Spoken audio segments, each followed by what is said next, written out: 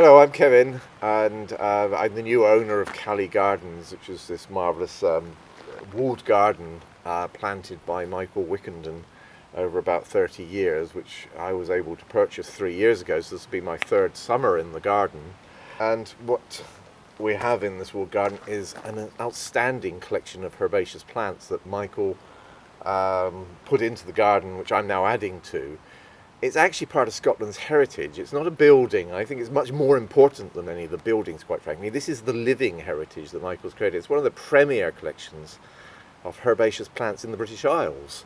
It's quite extraordinary, the diversity of plants in this garden. I'm finding new things every time I start to maintain and cut back a border that's become overgrown. We find a new plant that we didn't know was surviving in the garden. But I'm taking it in another direction too. And so this garden is no longer going to be just about growing wonderful plants. It's going to still be about that, but it's also going to be about the synthesis between growing plants and conservation. So the garden is about supporting wildlife as well as beautiful plants. And this is one of the first beds we've started to restore and change. And unfortunately, you've caught it. We're catching it a bit after a lot of rain and slightly in between cycles, so the foxtail lilies and such like are going over. But it's full of snowdrops, etc. in the spring. The usual thing, lots of successional planting. And we move into the summer plants at this time of year. And one of the things we've done here is into this solid, hard path, we're deliberately planting things. I long ago realised, after walking many an ancient pathway or dead railway line, how good compacted grotty soil is for British wildlife, especially invertebrates. And other people have done this, so it's not my invention. But this incredibly hard ground, which is more or less compacted hardcore with a little dusting of gravel, is also very well drained, and so you can get all sorts of things in here that would normally be associated perhaps with rock gardens. But it's also, because it's well drained, very good for various of our native insects to breed in. And the combination can be that you can have a garden plant situation with wildlife. And if you just look at this assemblage of plants here, they're quite common, or well, reasonably common anyway. And they're the sort of things that anybody could grow in a very small garden. And yet here, just here, we have breeding grasshoppers. 2 species are breeding here now, and unfortunately we can't hear them singing this evening. It's getting a bit cooler now. It's one of those great things. The other thing, of course, is we're not using pesticide. This garden has now been 3 years without pesticide application, and I've noticed, even in that short time, a very rapid increase in the number of insects in the garden. One of the ones we were quite proud of is that we've this year been colonised by northern Argus butterflies, which are breeding on rock roses in a situation not unlike where I'm sitting at the moment. This is a very exciting and simplistic way of gardening. It requires almost minimal effort, apart from hammering holes in this very compacted ground.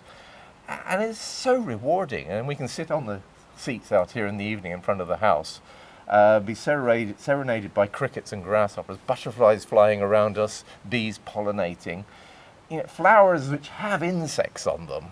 They're so much more dynamic than just a pretty floppy rose in the garden covered in pesticide with a bit of black spot there anyway because it doesn't work. So, this to me is what we're going to be doing at Cali Gardens. We're going to be taking Cali Gardens forward as a place where there's beautiful plants. Look at that gorgeous sea holly there. But also beautiful insects and other wildlife in the garden. Song thrushes crashing the snails on the rocks here. It's all going on in this garden now, and that's the future of this location, I hope. This is Centaurea affinis, a wonderful Greek species of knapweed, which I bought as seed from a gentleman called Libertio Darius when I was exhibiting plants at Great Dixter in Kent. The horticultural world is really one big family of mad people who love plants, and this marvellous little thing has proved an extremely attractive plant to so many pollinating insects. And what we're hoping is this hot, dry, gravelly bank, even with the Scottish rain, will work very well for it, and it will cope with the drier parts of the year as we had earlier in the season.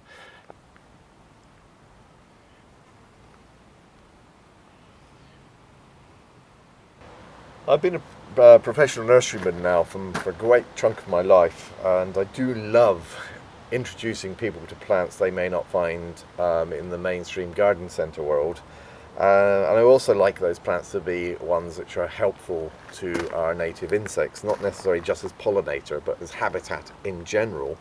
And the nursery here is packed, I think, with lovely plants which will enliven just about anybody's garden for shade, sun, whatever, almost all sorts of any aspect you can imagine. As I say, one of the ones I have become increasingly fond of is a group of ceanothus that aren't the spring flowering ceanothus everyone's so familiar with, but the summer flowering ones.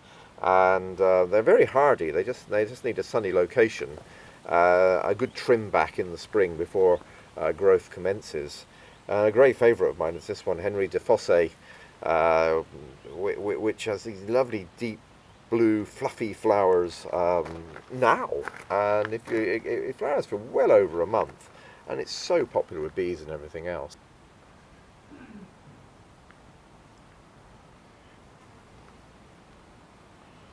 I like to stock are the Philadelphias. I like the perfume from my own perspective, but their flowers are very, very popular with bees and butterflies. They're also attractive to the human eye. And this is one of my favourites. It's called Philadelphus maculatus Mexican Jewel, and it has a wonderful rose pink centre. Perfume is exquisite, and it's a small bushy shrub.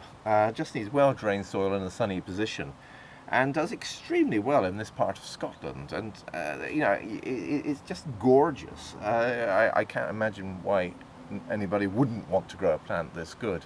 And it's this sort of thing that we're pushing in the nursery, so trying to encourage people to grow, and the nursery offers an opportunity for advice, so anyone from the locality who can come and talk to us and will hopefully give you plants which will suit your garden. We have a lot of different climate zones in this part of Scotland, from the mountain moorland right down to mild Mediterranean coastline, and we can grow tremendous wealth of plants.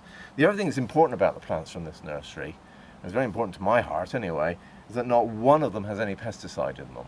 So all my plants are pesticide free, so when a butterfly comes to drink nectar or pollen from the flowers of my plants, they won't be poisoned by systemic pesticide residue within that plant.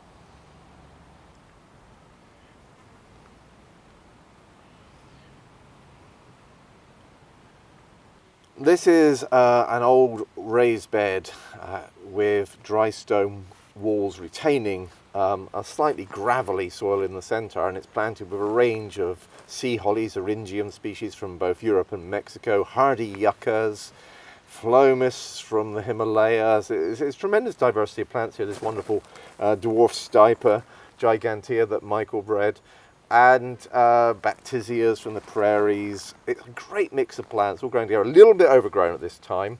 We'll be doing some work on it, trying to remove some of the coarser herbaceous plants such as this geranium here. But this is also a bed where we have the Northern Argus breeding and laying her eggs on the rock roses up at the top here, and is also one of the main sites that Cali Gardens are seeing common lizards, and we counted at least 19 adults in this narrow strip alone in the garden. So it's probably GHQ for common lizards at Cali Gardens, and in some ways one of my favourite parts of the garden.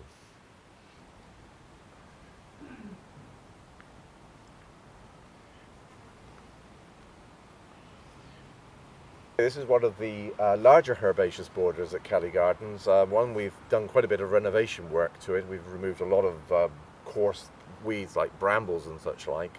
It's one of my favourite borders because it has a really rich planting of different herbaceous plants, from peonies in the spring all the way through to the high summer plants such as this teasel. Well, they look good all year round, don't they, teasels? And innulas in the background and such like. It is rich for wildlife too. This part of the garden has breeding willow warbler, breeding chiffchaff, breeding blackcap, and breeding garden warbler this year. And they're all insectivorous birds, and the only reason they can breed here is because this garden is rich in insects. So in a sense you could look at this and pretend it was a woodland edge planting of native plants. It's not, but as far as wildlife is concerned, it is, and that's why it works.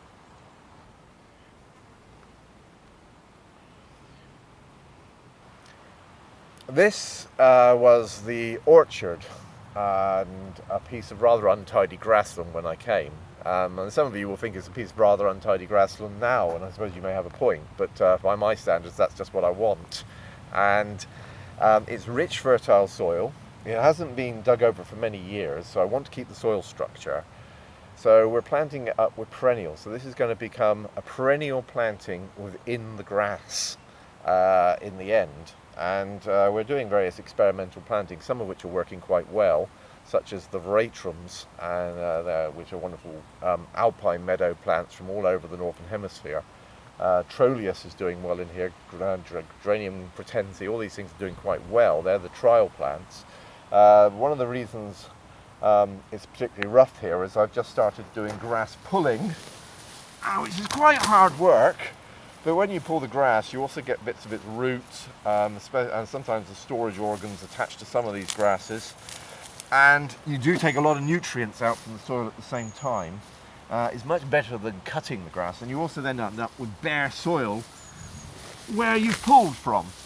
And that will be very helpful when we put the next sowing of yellow rattle into this. And everyone knows now, of course, that yellow rattle is brilliant for reducing the vigour in the bigger, coarser grasses. And we will add seed of local native grasses and sedges onto this ground with the yellow rattle, and eventually, with natural selection, me being the cow or the bull, maybe the bull who's pulling the grass out, but with a bit of brains, because I won't pull the plants I want, I'll only pull the plants I don't want, and I'll be doing Darwinian natural selection over this meadow, gradually over the years, establishing a wonderful, effectively herbaceous border within grass.